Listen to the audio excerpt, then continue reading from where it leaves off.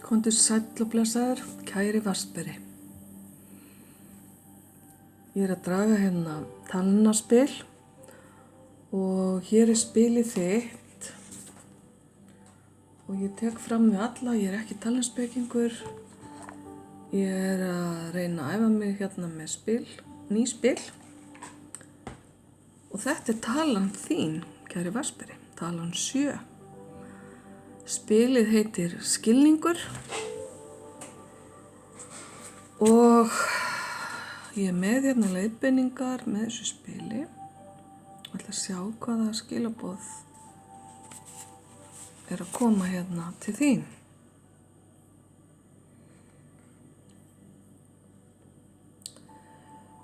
Talan 7 þekkt sem hofið. Og tákn fyrir töluna 7 sem ég sjái hérna inn í spilinu þríhyrningur ofan á ferningi og þetta á að tákna hugmyndafræði og dulspeki. Og líka það sem ljóst og það sem hulið. Það svona ákveðin tvískilningur hérna í þessu spili.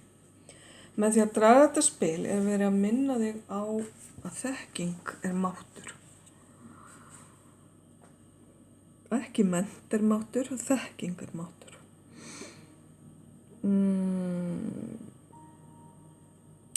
Hvað ert þú að takast á við í lífiðinu núna?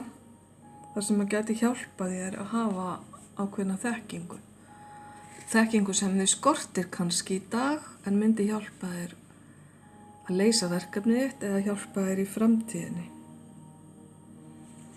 Þeim meiri þekkingu sem þú getur aflað þér, því betur mun þér ganga að takast á við daginn í dag eða það sem þú ert að gera í dag, hvað sem það nú er. Það getur verið ýmislegt.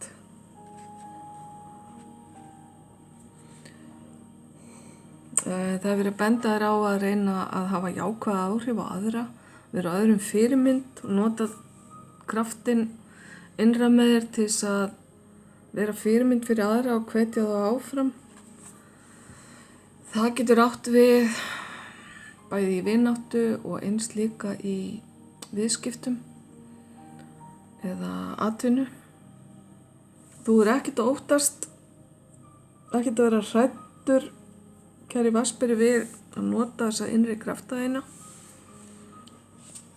og hlusta bara á það sem þér finnst vera leiðbeining sem kemur að innan, sem að öllum líkindum kemur í gegnum innsæið þitt.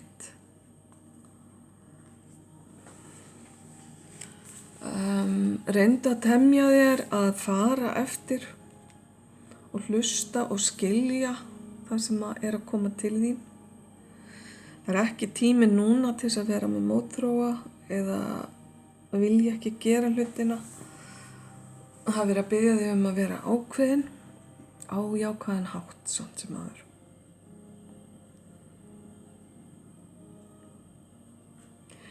Ef þið líður þannig að þið vanti tíma fyrir sjálfa þig, ef það of mikið að gera og mikið af verkefnum, leyfðu þér þá að taka þér tíma í það. Og það allt í lagi að láta umhverfið vita, þá sem í kringu þig, og segja bara að nú ætlið þú að taka þér smá pásu og gefa þér sjálfum tíma. Kannski þarftu að draga þig í hlé, einhverja hluta vegna. Þú má bara ekki gera það í of langan tíma.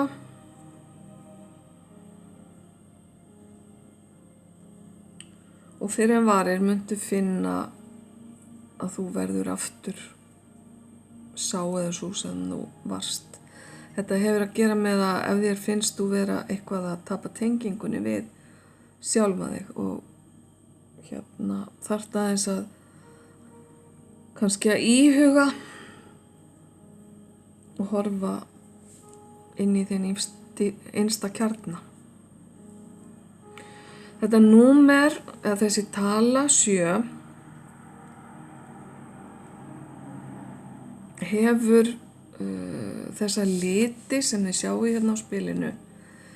Bleikan, fjólubláan og allt þar á milli, litir sem á ensku heita magenta og old rose. Þetta er í raun og veru, kannski gætum við sagt purpura litir, einhvers konar, og svona djúpbleikir.